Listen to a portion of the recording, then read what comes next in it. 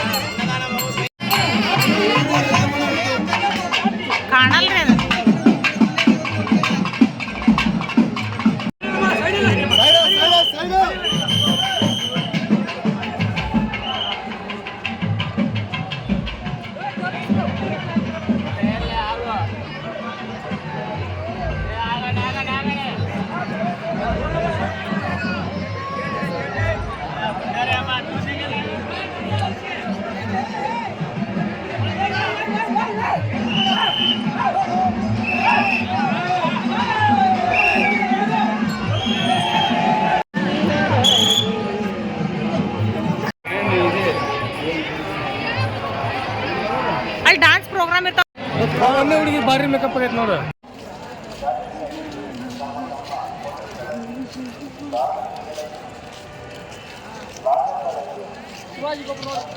ನೋಡಿದ್ರಲ್ಲ ರಾತ್ರಿ ದೇವಸ್ಥಾನವನ್ನ ಇಷ್ಟು ಚಂದ ಲೈಟಿಂಗ್ ಒಳಗ ಅಲಂಕಾರ ಮಾಡಿರ್ತಾರ.